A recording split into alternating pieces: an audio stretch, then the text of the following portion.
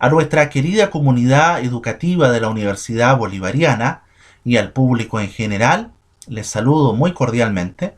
Mi nombre es Cristóbal Patricio Álvarez Muñoz, soy abogado, magíster en docencia para la educación superior, y en esta cápsula o video informativo queremos explicar respecto a la Ley de Protección al Empleo.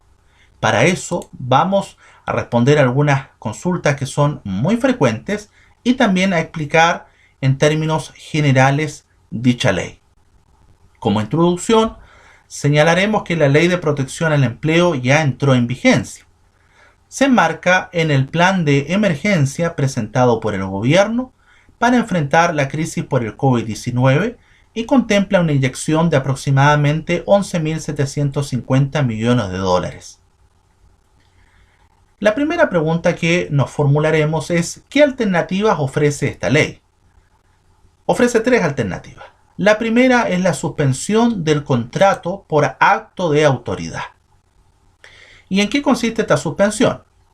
Se suspende la relación laboral o contrato por el solo efecto de la ley cuando la autoridad declara la paralización de las actividades económicas de manera temporal para el país o una zona en particular.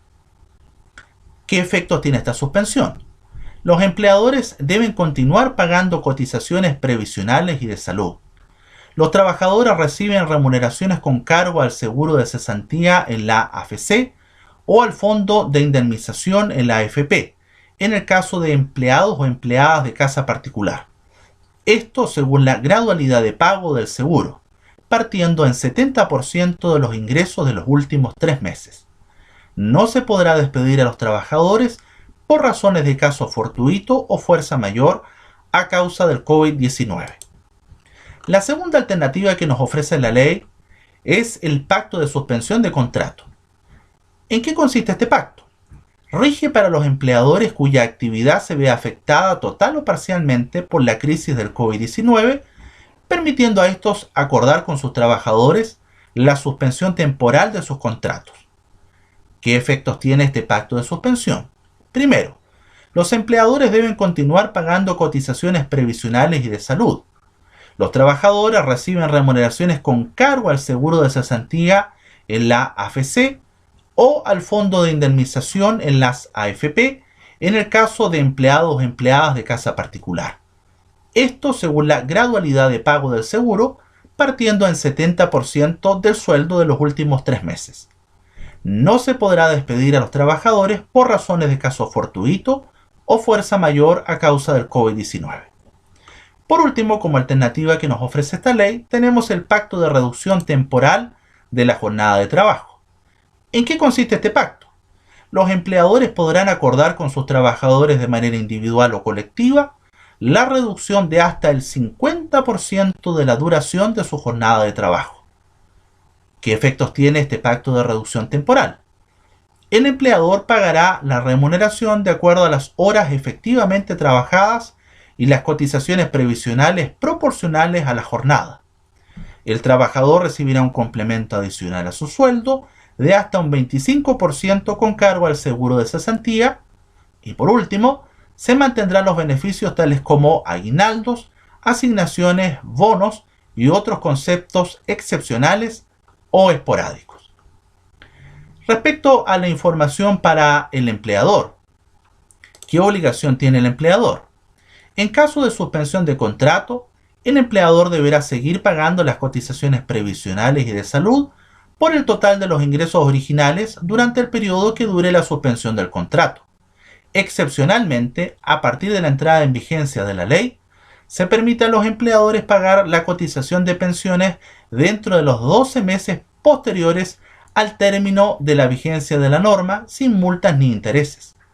Durante la reducción de jornada, los empleadores mantendrán el derecho de sus trabajadores a percibir beneficios tales como aguinaldos, asignaciones, bonos y otros conceptos excepcionales o esporádicos si los hubiere. ¿Qué debe hacer entonces el trabajador para que acceda al seguro de cesantía tras la suspensión del contrato de trabajo? El empleador debe solicitar de manera online el beneficio ante la AFC por sus trabajadores. El trabajador que por diversos motivos quede excluido de dicha solicitud podrá hacerla directamente ante la AFC. Solo en el caso de los o las empleados o empleadas de casa particular, son los mismos trabajadores quienes deben hacer la solicitud del beneficio ante la AFP, en donde coticen mensualmente para el fondo de indemnización. ¿Qué requisitos debe cumplir el empleador?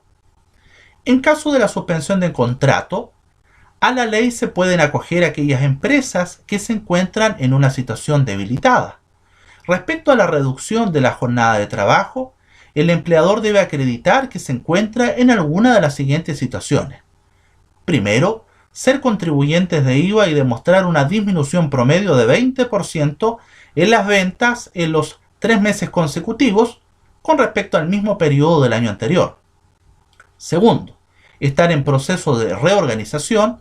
Tercero, estar en proceso de asesoría económica de insolvencia. Y por último, ser una empresa de carácter esencial y que no puede paralizar actividades, pero sí reducir su jornada para proteger la vida y salud de sus trabajadores.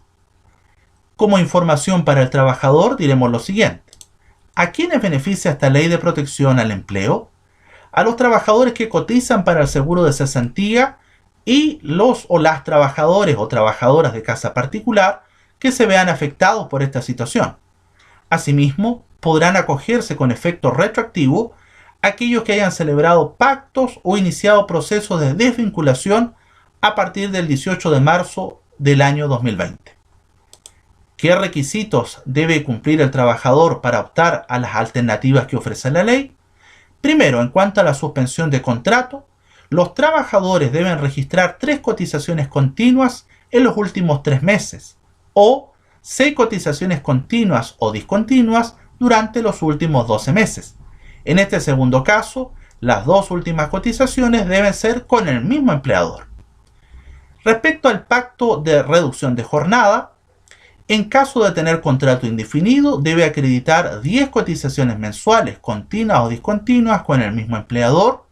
En caso de contrato a plazo fijo, debe contar con 5 cotizaciones mensuales continuas o discontinuas.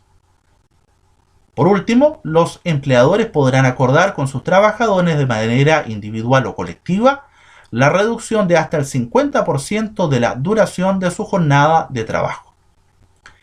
¿Quiénes no pueden acceder a esta ley? Los trabajadores que no se rijan por el Código del Trabajo y aquellos que no estén afiliados al seguro de cesantía.